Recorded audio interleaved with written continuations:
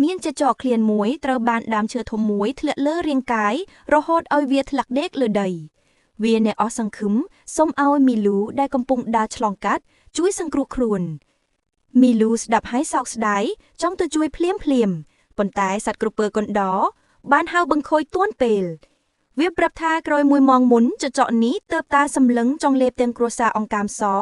តែដោយការជូនដំណឹងរបស់ខ្លួនទើបអង្កាមសទាំងគ្រួសាររត់រួច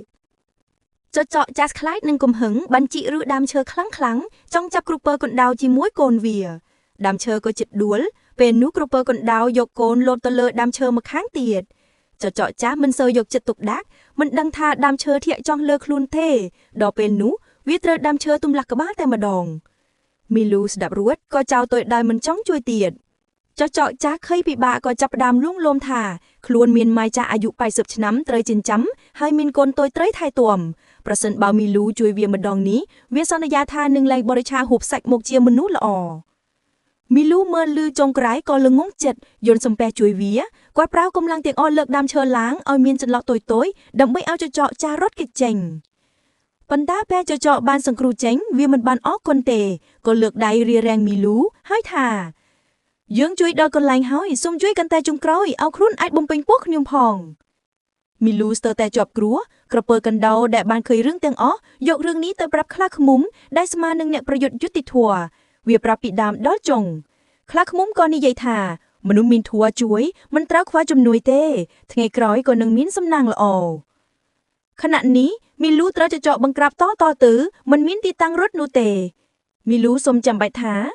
ខ្ញុំទើបតែជួយអ្នកមិនមានសំណប់ទេបើរឿងនេះរីករាលដាលអ្នកនឹងមានឈ្មោះអាក្រក់ចចកឮចុងក្រោយមានសំឡេងចូលយកនៅជុំវិញកំពុងមើលរឿងចចកខ្លាចឲ្យគេប្រាប់អ្នកដទៃអាចបង្កសេចក្តីអាស្រូវវាចង់លុបភក្សីកោតហេតុជាមុនចូលយកតក់ស្លុតហៅថាខ្លួនមិនញ៉ាំផ្លែកូនអ្នកទៀតទេហើយរត់ចូលរុងប៉ុន្តែគេត្រឡប់ឡើងកំពូលដើមឈើសុវិទ្ធភាពហើយញ៉ាំផ្លែជាមួយកូនពីរចចកមិនអាចធ្វើអ្វីវាបានទេដូច្នេះបានត្រឡប់មកលើទីតាំងមីលូវិញ